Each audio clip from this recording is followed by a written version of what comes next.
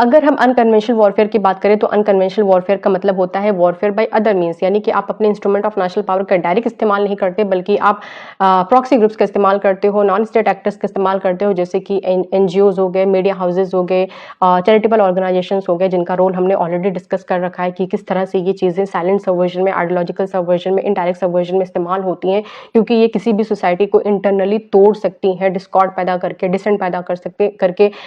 Intolerance को पैदा करके, क्योंकि हर सोसाइटी का, हर कंट्री का एक पर्टिकुलर प्रोटेस्ट पोटेंशियल होता है। जैसे कि अगर हम इंडिया की बात करें तो इंडिया में करप्शन को लेकर हमारा प्रोटेस्ट पोटेंशियल बहुत लो है, क्योंकि करप्शन को हम अपना जन्मसिद्ध अधिकार समझते हैं। हम अपने बच्चों को करप्शन सिखाते हैं कि बेटा इतना नंबर ले आना, आपको मोबाइल देंगे, साइकिल देंगे और पता नहीं क्या क्या देंगे। और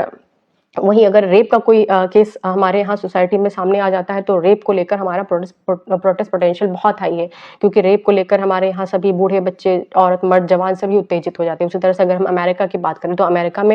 ह्यूमन राइट वायलेशन और ब्लड शेड को लेकर बहुत ज़्यादा प्रोटेस्ट पोटेंशियल है, क्योंकि अमेरिका ऑल्दो वर्ल्ड में सबसे ज़्यादा ब्लड शेड करता है, ह्यूमन राइट वायलेशन करता है, लेकिन अपने यहाँ अपने लोगों की उसने ऐसी साइकी बना रखी है कि अमेरिकन खून को देखकर बहुत ज़्यादा उत्तेजित हो जाते हैं। हिपोक्रेसी की ये भी एक प्रकार है, ठीक है। तो सबको पता है कि जो सोवियत है, सोवियत के डिसइंटीग्रेशन में अमेरिका का बहुत बड़ा रोल था। तो आज की डेट में सोवियत अमेरिका को तोड़ना चाहता है, लेकिन वो बोलता है कि मैं अमेरिका को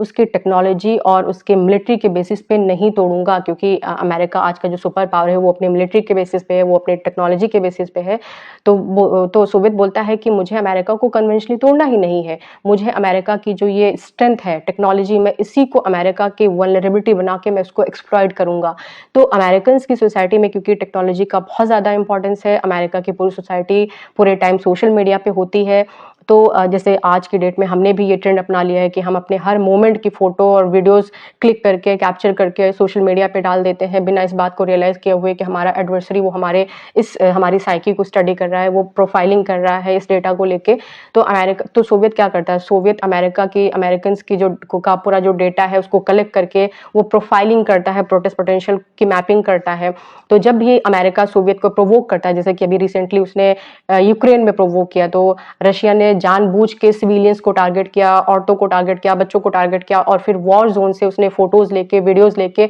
अमेरिकन सोसाइटी में सर्कुलेट करवा दिया, क्योंकि जो रशिया है उसका बहुत डीप पेनिट्रेशन है अमेरिका के इंटेलेक्चुअल थिंक टैंक में, मीडिया हाउसेज में, क्योंकि अमेरिका का सबसे बड़ा जो न्यूज़ चैनल है फॉक्स न्यूज़ है, CNN है, यहाँ पे रशिया का बहुत डीप पेनिट्रेशन है, ठीक है।